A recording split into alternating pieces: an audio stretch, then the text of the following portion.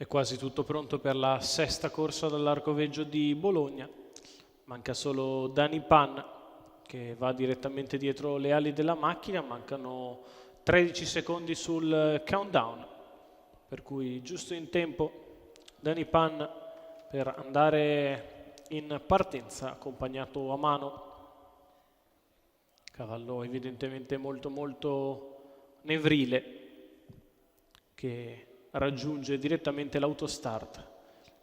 Macchina che sta per mettersi in movimento, ecco i lampeggianti per questo confronto per 5-6 anni, non vincitori di 35.000 euro in carriera.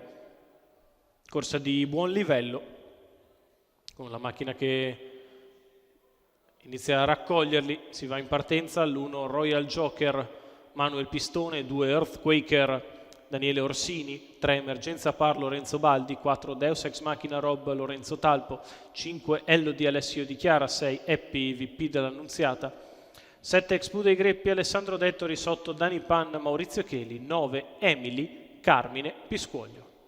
Macchina che ha raccolto i partecipanti, si ritrae dal 6 Eppi, macchina prende velocità, stacca con veloci Earthquaker, Emergenza Pare, Deus Ex Machina Rob e anche Elodie. Lotta a 4 all'imbocco della prima curva con Earthquaker in vantaggio, Emergenza Par che insiste, Deus Ex Machina Rob all'esterno, poi Elodie che prova a puntare in avanti con grandissimo lancio. Earthquaker che però per il momento tiene botta a tutti e resta al comando. 14,4 per i primi 200 metri di corsa, si ritrae Elodie che non trova posizione, poi cerca di farlo ma non ci riesce, insiste intanto Emergenza Par che tende a passare con strappo notevole, 28,2 i primi 400 metri di corsa, così Emergenza Par è in vantaggio nei confronti di Earthquaker. La terza posizione alla corda è per Royal Joker, mentre allo scoperto si trova Emily, la quale precede Eppi,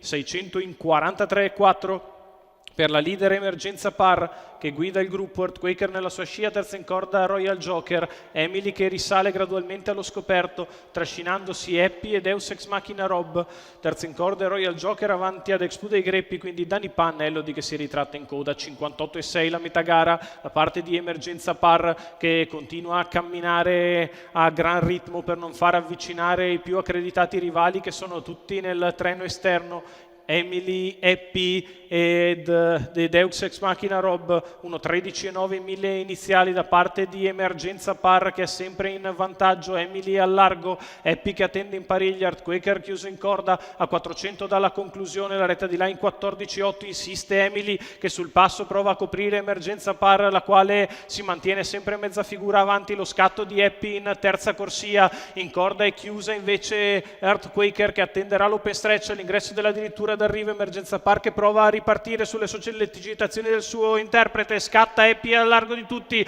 Eppi che va su Emergenza che prova la difesa, scatta Eppi su Emergenza, Eppi che passa, Eppi che porta a casa il successo nei confronti di Emergenza Par. Al terzo posto Royal Joker, 29,6 ad arrivare, 1.13,6 il ragguaglio cronometrico per il successo di Eppi.